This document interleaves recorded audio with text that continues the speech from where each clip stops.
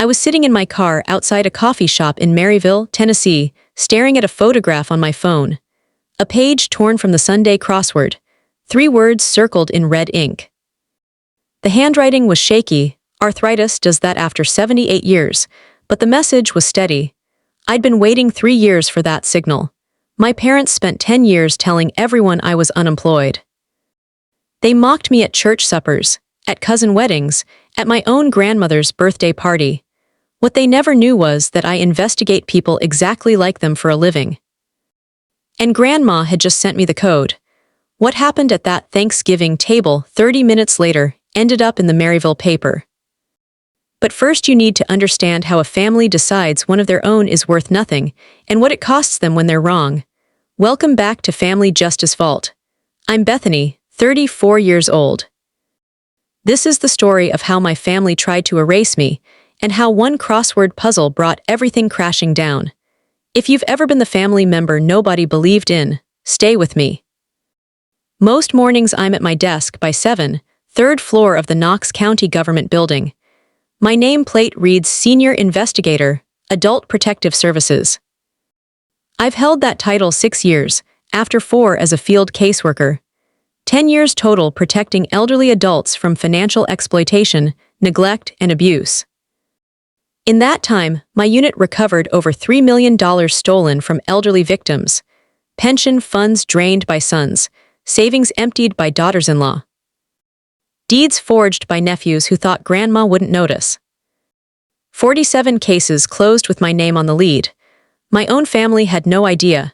They knew one thing: Bethany left Maryville after high school and never came back to do anything useful. That was enough for them. My own grandmother was not one of my 47 cases. Not yet. The crossword tradition started when I was 8. Every Sunday morning, Grandma Helen and I sat on the farmhouse porch and worked the puzzle from the Maryville Daily Times.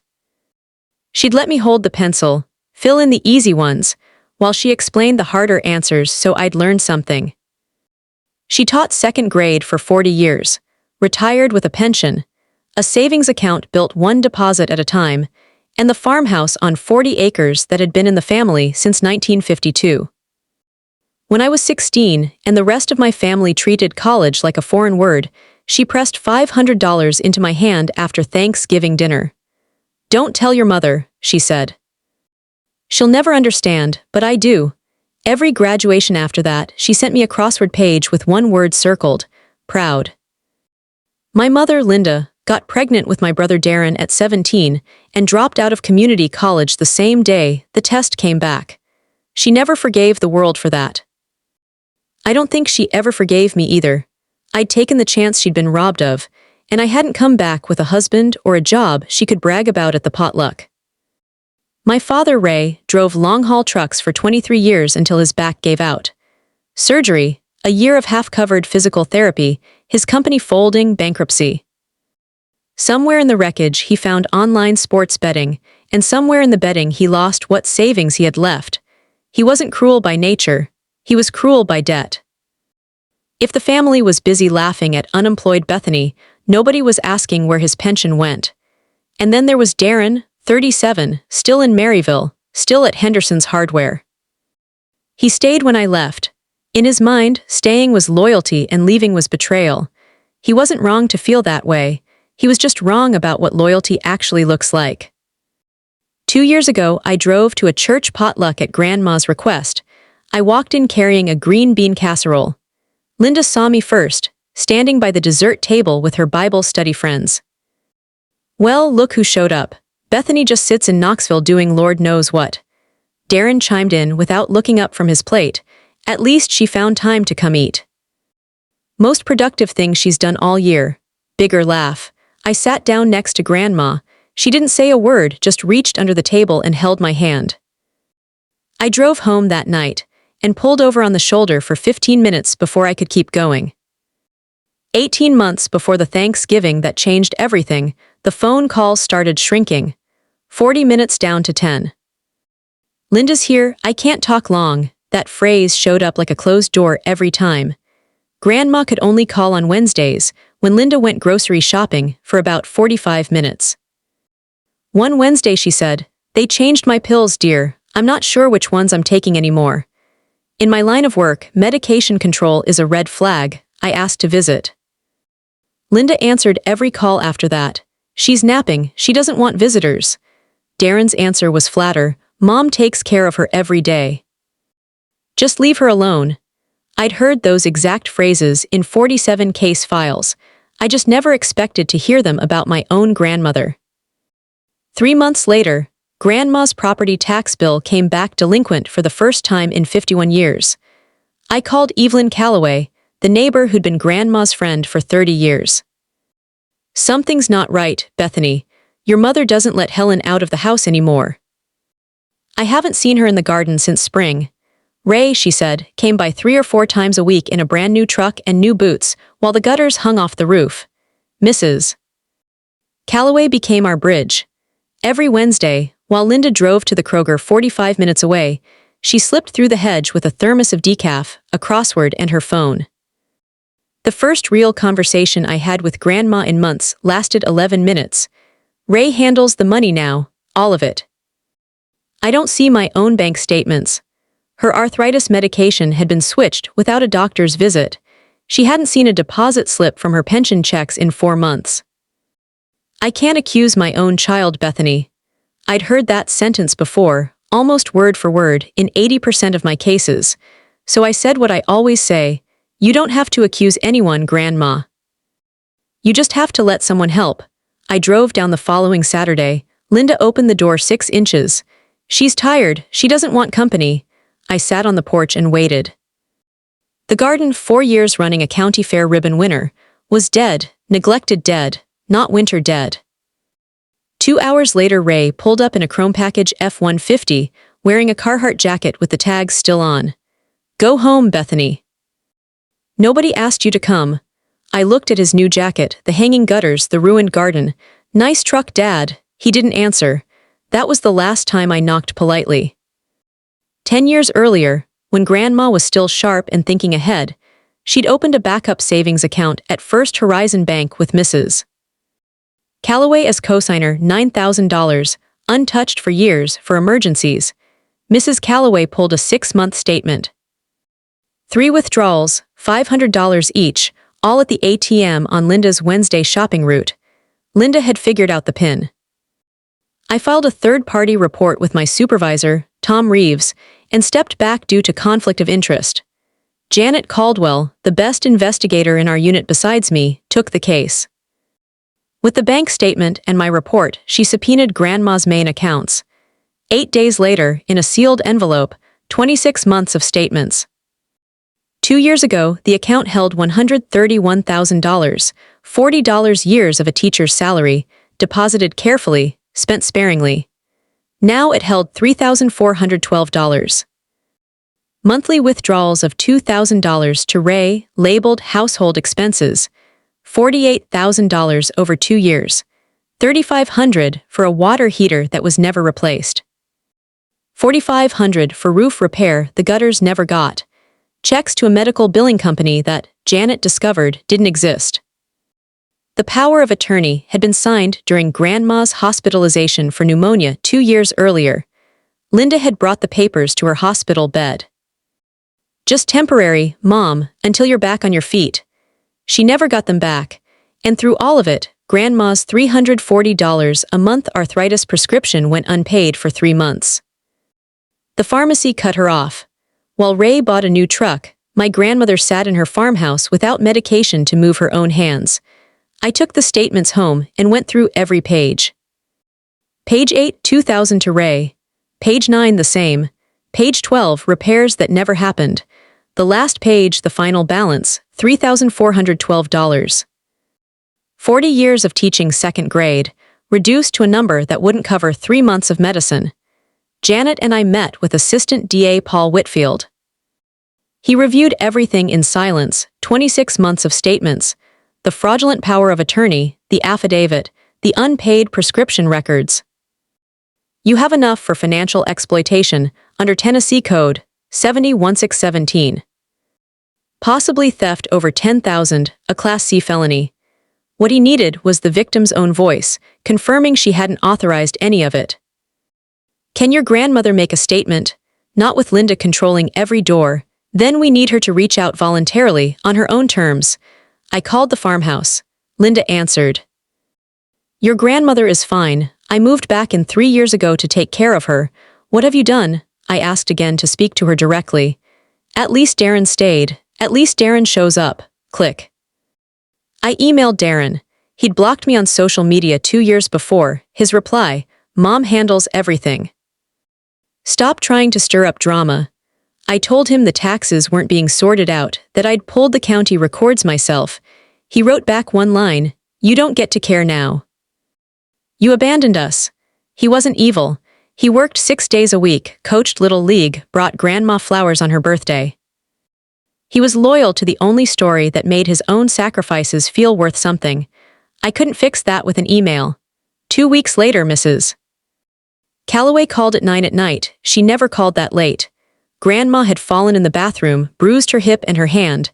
Linda never took her to a doctor. She can barely hold a pen, Mrs. Calloway said. And then, the night before, she'd seen Linda's silhouette on the porch in the dark, holding a picture frame, crying hard for 5 minutes before going back inside. I knew which frame. Linda's high school graduation portrait, 1989. The only photo Grandma had kept on that wall for 37 years. The daughter she'd been so proud of, and the life Linda had lost the day that picture was taken. I felt something shift in my chest, not forgiveness, just recognition. My mother had been broken by a choice made for her at 17, and she'd spent the rest of her life breaking everyone around her to even the score. 3 weeks before Thanksgiving, it arrived. Linda left for Kroger at 9:15. Mrs. Calloway was through the hedge by 9:20 and found Grandma at the kitchen table with a torn crossword page, hidden under her mattress until that moment. 3 words circled in red ink, pressed hard enough to dent the paper. Help, trapped, call, and one more word circled separately below it in a shakier hand, Thanksgiving. She'd chosen the day herself. Janet Whitfield and I met that same afternoon. With the coded message added to the file, a voluntary request from the victim, Whitfield signed off on an emergency intervention. Janet would lead. Deputy Sam Morris would provide security and serve any necessary papers. I'd be there as family, the granddaughter Grandma had trusted to understand 4 words circled in red. 10 days before Thanksgiving, Mrs. Calloway forwarded me a group text from Darren, a new family thread that didn't include me. Thanksgiving at Grandma Helen's, Thursday, 11 a.m. I'm doing the turkey. Let's give Grandma a real family Thanksgiving she deserves. 22 people confirmed, including Pastor Johnson, the same man who'd laughed at the potluck. I didn't need an invitation. I had something better. I spent the next 3 days preparing 3 sets of copies. The bank statements, the power of attorney with the hospital date highlighted, Janet's investigation summary, Mrs. Calloway's affidavit, the crossword photo. I drove down the Tuesday before Thanksgiving and checked into a hotel on the same road where Linda made her ATM withdrawals. I laid the folder on the desk, set my alarm, and went to sleep the way I always do before a big case. Thanksgiving morning, I put on the gray blazer I wear to court appearances, not a holiday outfit, a work outfit. Grandma would see it and understand immediately. I met Janet and Deputy Morris at a diner at 10. Timeline, Janet said. We arrive at 12:30. I present the investigation notice. Deputy Morris provides security. Morris looked at me. You sure about the timing? Thanksgiving dinner. I set my coffee down. My grandmother chose the day. I'm honoring her choice. 6 vehicles sat in the gravel driveway when we arrived.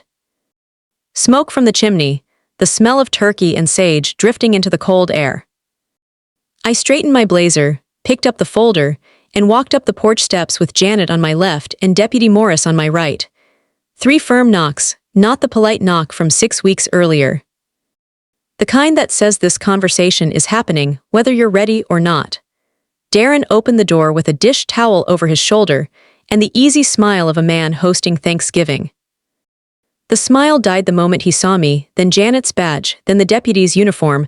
The towel slipped off his shoulder. What is this? Hi, Darren. We need to come in. We walked past the family photos, past Linda's 37-year-old graduation portrait, into the dining room. 22 people around a long oak table with the good china, turkey steaming in the center. At the far end sat Grandma in her blue church dress, hands folded. She looked at me, looked at the blazer, and smiled. Every fork stopped midair. Linda froze with a carving knife in her hand. Ray's wine glass stopped halfway to his lips. Janet stepped forward and set the investigation notice on the table beside the cranberry sauce.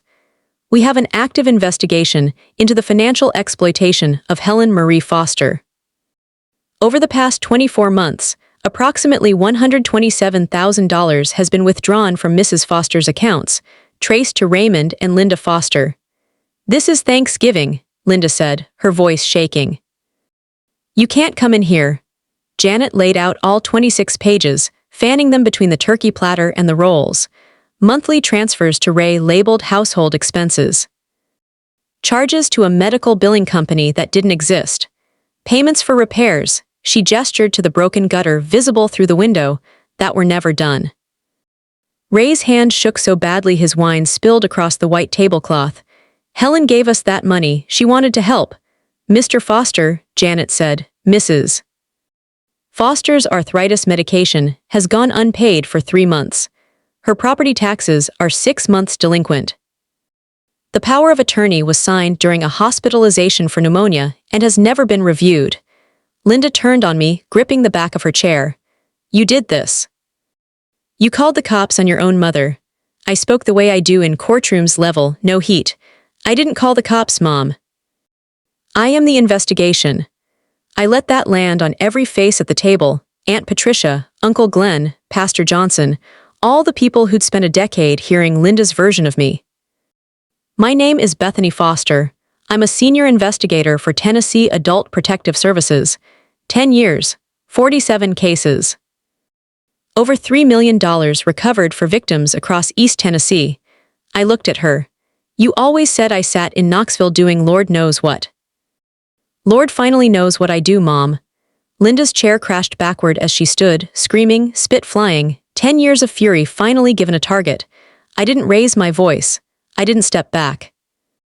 "The louder they get, the quieter you stay. That's the first thing they teach you in crisis work.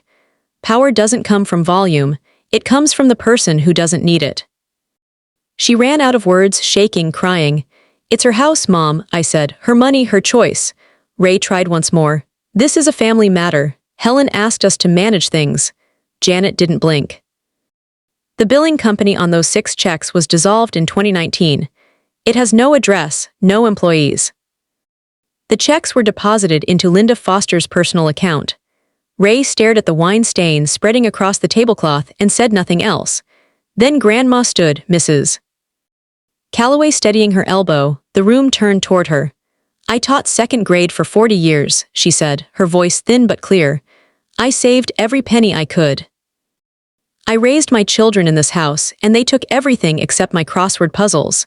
She looked at Linda, then Ray. "That was their mistake." Darren hadn't moved from the kitchen doorway. When he finally spoke, it was barely a whisper. "You were trying to tell me, the email about the property tax. I thought you were just—" He couldn't finish. "I know what you thought, Darren," I said. Deputy Morris stepped forward. "Raymond Foster is being asked to accompany me for questioning regarding felony elder financial exploitation. Linda Foster is being served with a temporary order restricting contact with Helen Foster and access to her accounts." As Linda was led past Grandma's chair. Grandma looked up at her, not with anger, with a quiet, heavy sadness. "I kept your graduation photo on the wall, Linda. 40 years, I was so proud of you." Linda's face crumpled. She cried the way people cry when they've been caught, not when they're sorry. "I've seen the difference 47 times." 3 months later, Ray took a plea deal. 18 months supervised probation, $48,000 restitution over 5 years, a permanent no-contact order. His lawyer argued financial hardship. The judge noted the new truck and the Carhartt jacket and wasn't moved. Linda's case went to trial in February. The jury took 4 hours. Guilty on 2 counts of financial exploitation, 1 count of theft over $10,000. Sentencing is pending. Grandma's power of attorney was formally revoked. Her accounts were frozen, audited, and restored to her sole control. The balance won't reach $131,000 again. Some of that money is gone for good, but the bleeding stopped. I covered her back taxes myself. She insisted on paying me back $12 a month because that's who she is. Her medication was reinstated. A home health nurse visits 3 times a week. Mrs. Calloway still comes by every day. Darren went silent for 2 months. Then, in late January, an email with an empty subject line. I'm sorry. I should have listened. I wrote back and told him to come for Sunday dinner. He brought flowers and a dollar store crossword book. Grandma made him sit in the wicker chair on the porch and wouldn't let him leave until he'd finished the first puzzle. He got stuck on 7 across. She helped him. One Sunday morning in April, I drove the 45 minutes to Maryville with the windows down, dogwoods blooming along the road. The gutters had been replaced. Darren did it himself, 3 weekends in a row. The garden was coming back, new tomato starts and a row of basil along the fence. Grandma was on the porch in the wicker chair, a cup of coffee on the armrest, the Sunday paper open on her lap. I sat beside her. She handed me a pencil. We worked in silence for a while, just the scratch of graphite and the cardinals calling from the cedar tree. She tapped a clue. 9 letters. What you build when no one is watching. Character Grandma. She filled it in and nodded. I knew you'd get that one. The people who mock your silence will never understand what you're building inside it, but the ones who need you will always find a way to call. A crossword puzzle. 3 words circled in red. That's all it took to unravel 10 years of lies. If someone you love is being silenced by a spouse, a child, a caretaker, remember, the quiet ones are often fighting the hardest battles you'll never see. Subscribe to Family Justice Vault, because silence always finds its voice.